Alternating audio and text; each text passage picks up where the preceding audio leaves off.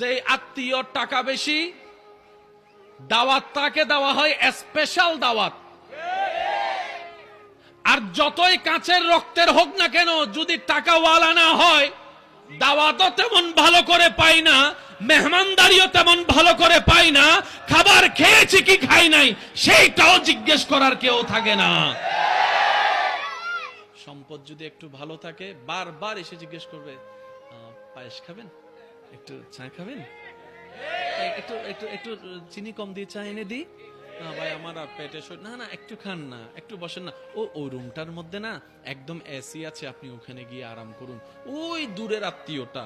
আর যেটা কাছের আত্মীয়, সম্পদ তেমন নাই, পাশ দিয়ে গেলেও জিজ্ঞেস করে না, সে আশা নিয়ে বসে থাকে হয়তো আমাকে একটু জিজ্ঞেস করবে, আচ্ছা খাই না কারণ অন্তত জিজ্ঞেস তো একটু করুক, মনটা বড় হবে যেন আমার আত্মীয় আমাকে একটু জিজ্ঞেস করেছে।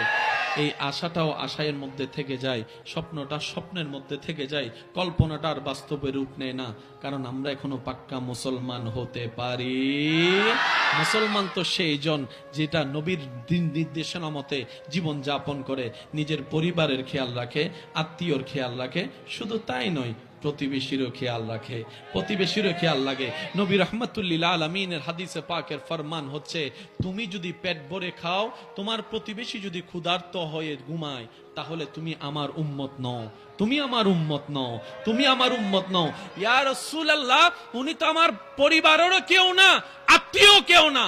নবী বলে যে যাই হোক না কেন, তোমার ঘরের প্রতিবেশী তো, তোমার রবের বান্দা তো, আমি নবীর উম্মত তো, সুতরাং তুমি যেখানে আপন পর করেছো তোমার সিদ্ধান্ত অনুযায়ী তুমি আমার উম্মত হতে পারো না। সম্পর্ক করো হাদিস মোতাবেক, আল হুব্বু ফিল্লাহ ওয়াল বুগযু ফিল্লাহ। চিৎকার দিয়ে বলেন সুবহান। কেন পালন করতে হবে? আমি পালন করার চেষ্টা করব আমি বাঁচার জন্য, আপনি পালন করার চেষ্টা করবেন আপনি বাঁচার জন্য। যার যার কবর, ভাই একটু বলেন না ভাইয়া, যার যার কবর, আমার কবর আপনি নাই, আপনার কবর আমি নাই, যেহেতু ইয়া নফসি ইয়া নফসি, যার যার লাকি সে যে গোছাতে পারে সেই সবচেয়ে বড় বুদ্ধিমান। কথা বলেন ঠিক কিনা?